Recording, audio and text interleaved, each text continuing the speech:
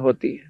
जब अच्छे संस्कार उदय हो जाते हैं तो सत्संगत में जाता है, और माड़े कर्म के प्रभाव से जीव दुष्कर्मी जीवों के पास जाता है, पापियों के पास बैठता है, चोरी दारू पीने वालों के पास बैठकर दारू पीनी सीख सकता है, चोरों के संग में जाकर के चोरी करना सीख सकता है। एक लड़का माड़े संस्कार की वजह से एक चोरों के गिरोह के साथ उसका संपर्क हो जाता है। अब शुरू में वो छोटी चोरी की, पहले जेब काटने लग गया, फिर छोटी मोटी चोरियां और की, फिर बड़ी बड़ी चोरियां करने लग गया। आखिर में उस गिरोह का इतना हौसला बढ़ गया कि उन्होंने लंबी लंबी बड़ी बड़ी चोरियां की। फिर उस लड़के ने अपना अलग से काम जोड़ लिया, उस चोर ने, और एक दिन वो किसी घर के अंदर चोरी कर रहा था। गांव का उस घर का सदस्य जाग जाता है, उसने पकड़ने की कोशिश करी तो उस चोर ने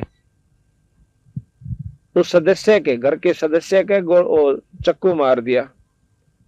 चक्कू लग जाने से वो मर जाता है, और दूसरों ने उसको पकड़ पकड़ के अच्छा पीटा पहला, तो फिर पुलिस में दे दिया।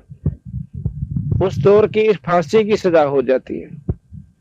एक दिन के माड़े संस्कार ने उस बच्चे को उस कुसंगत से मिलाया, और एक दिन की कुसंगत का इतना रंग चढ़ गया कि फांसी तक की सजा पा ली।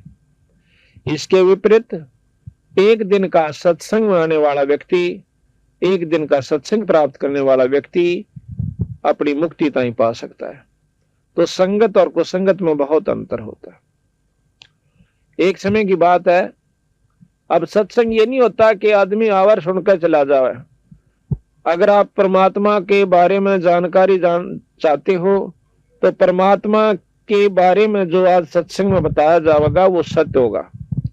अगर हम उस पर विश्वास नहीं करेंगे तो हमारी अपनी कमजोरी होगी। एक समय की बात, और सत्संग जो है एक दिन का बतेरा हो लागना होता है।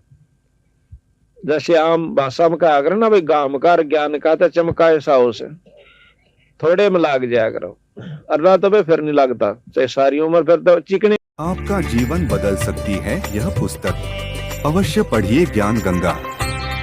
ज्ञान गंगा, हर प्रश्न का उत्तर एक ही पुस्तक में।